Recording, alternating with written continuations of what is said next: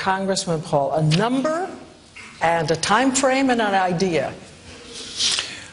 My approach is slightly different, where I think all for less taxes and less regulations. We recognize this.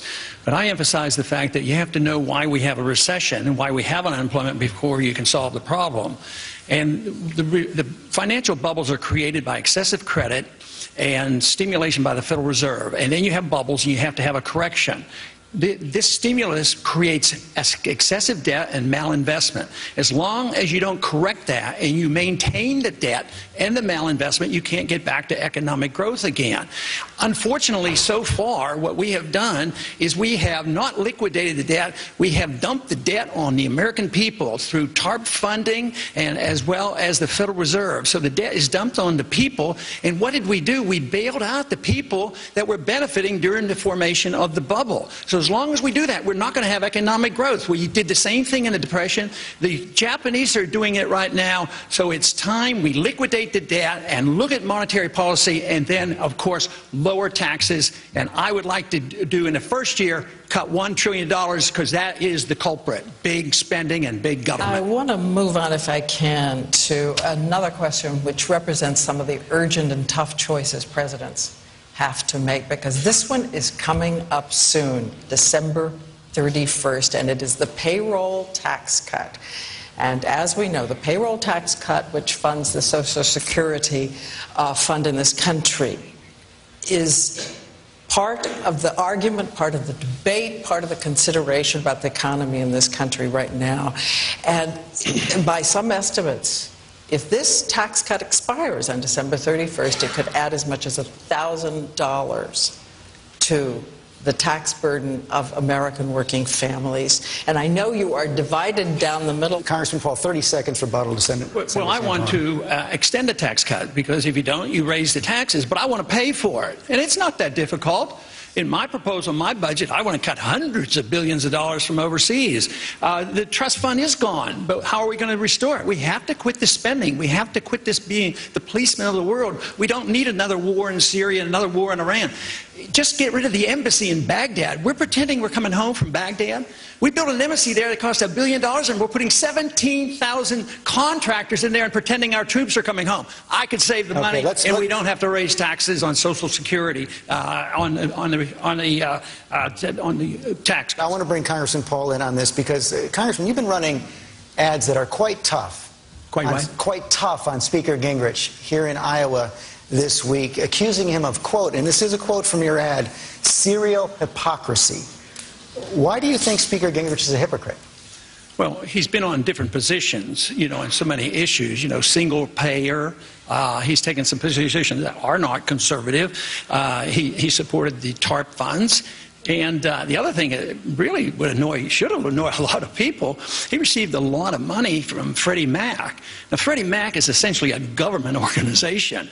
While he was earning a lot of money from Freddie Mac, I was fighting over a decade to try to explain to people where the housing bubble was coming from. So Freddie Mac gets bailed out by the taxpayers. So in a way, Newt, I think you probably got some of our taxpayers' money. They got money out, and they're still getting bailed out. But you're a spokesman for them, and you receive money for them. So I think this is something that the people ought to know about. But there's been many positions, and you have admitted many of the positions where you have changed positions. But if you were looking for a consistent position, I think there's be a little bit of trouble anybody competing with me on consistency over a long period of time.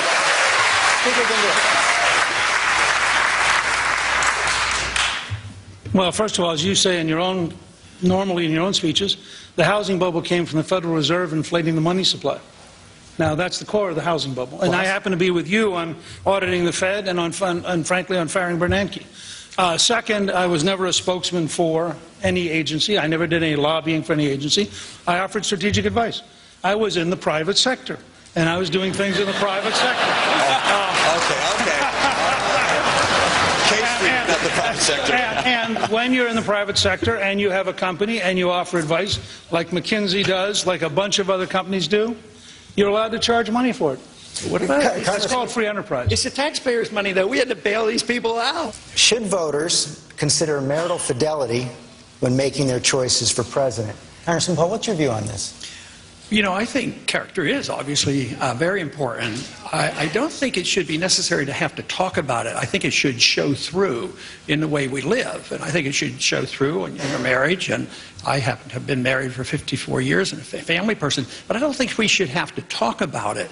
But you know what?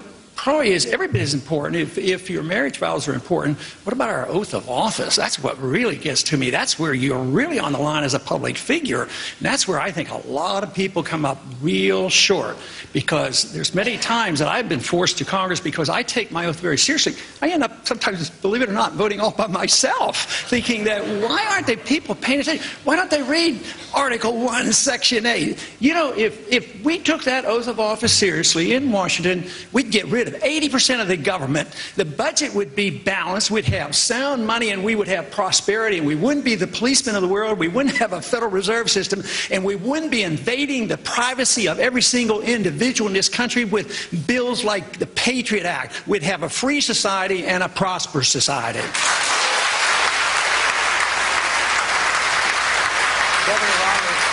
Speaker Gingrich caused something of a stir overnight in the Middle East with comments he made in an interview with the Jewish channel in which he called the Palestinians an invented people. And I just wondered, Congressman Paul, if I can start with you. Do you agree with that characterization that the Palestinians are an invented people? No, I don't agree with that, and that's just stirring up trouble.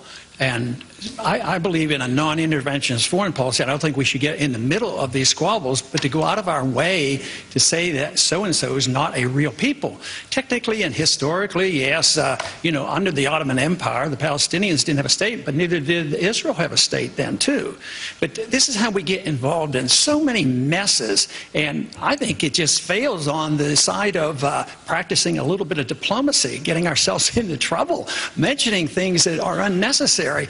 The people in those regions should be dealing with these problems. We shouldn't be dealing with these things, but historically, you know, under the Ottoman Empire, that is technically correct.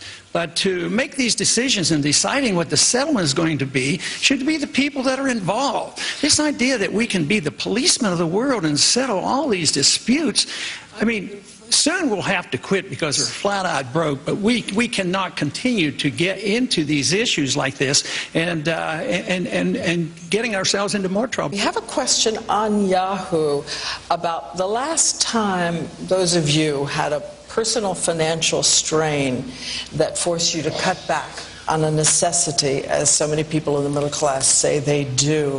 What were the consequences you faced, and will you weigh in on that? Congressman Paul, what does this question evoke? How much does it matter to have had personal experience? Well, I feel very fortunate because although I was raised in a system, in a family that was rather poor, but I didn't even know it. You know, it was during the Depression and World War II, and we didn't have very much, and I worked my way through college, and that was a natural instinct because that's what you were supposed to do. But I finally did a little bit better in medical school because I had my wife work our way through medical school. So that worked out a little bit better. But middle class is suffering, but not only because we bail out the rich and dump on the poor and they lose their jobs and they lose their houses, but there's a characteristic about monetary policy. When a country destroys its currency, it transfers wealth from the middle class to the wealthy. And this is what you're seeing today, the elimination of the middle class. And it's going to get a lot worse unless we address the subject overspending, overborrowing, and printing too much money and understanding the business cycle. Senator Santorum. I can switch to this question, and it is about health care because a number of people, in fact, I was just at a pharmacy here. I do have a cough, but I was at a pharmacy here in Iowa, and the pharmacists were talking about a big driver of health care costs, and they specifically mentioned habits, unhealthy habits that we all need to learn to do better on at a young age. They talked about obesity, they talked about exercise. If I can ask you, Congressman Paul, anything government should do on these fronts? On medical? Or? On these fronts specifically of healthy behavior at very young ages where it's No, essentially not, but they have to be a referee. If people are doing things that hurt other people, yes. But if you embark on instituting a society where government protects you from yourself, you're in big trouble, and that's what they're doing.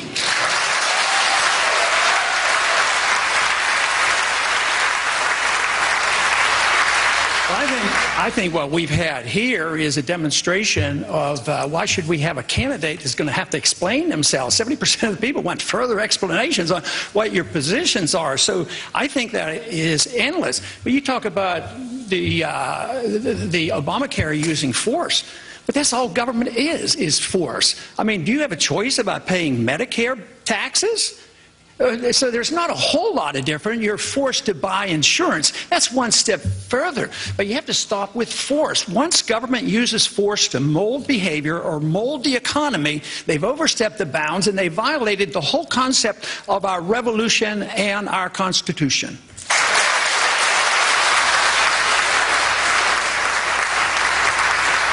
As a form of closing statement, we just want each of you, you're all running against each other, but in these last few minutes, and if you stick to the minute, we will not run over the commercial. Tell us the one thing you've learned from someone else, one of your challengers on stage. Governor Perry. I tell you, Congressman Paul got me really intrigued with the whole the Federal Reserve, and I've spent a substantial amount of time reading about and Currency Wars, the book by James Ricard's. But Congressman Paul is the individual on the stage that got me most interested in a subject that I've found to be quite interesting and at the root of a lot of the problems that we have, and I thank you for that. But the one thing that I found outside of these fine individuals on this stage is that the people of this country really want to get America back on track. I always find the principle of leadership to be most interesting. And as I look at the people on the stage, each exhibits different qualities of leadership, and they've each exercised leadership in different ways. One of the things about Ron Paul that always amazes me is when I come to a debate like this, the only signs I see are the Ron Paul people out there in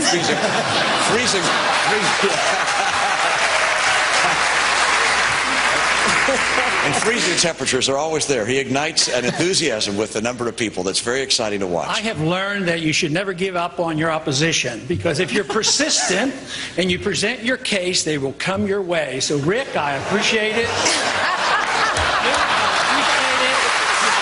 I appreciate it. You're open to the Federal Reserve. That is wonderful. But I work on the assumption that freedom brings people together. And if you understand freedom, it's based on tolerance and nonviolence. So if it's tolerance, it should be bringing all kinds of people together, and that's following our Constitution. We shouldn't be fighting among ourselves, because we shouldn't be fighting in Washington. If we all take the same oath of office, where does the fight come from? Somebody is messing up somewhere. So I would say that with persistence, I think that we can all prevail and come up with the right answers.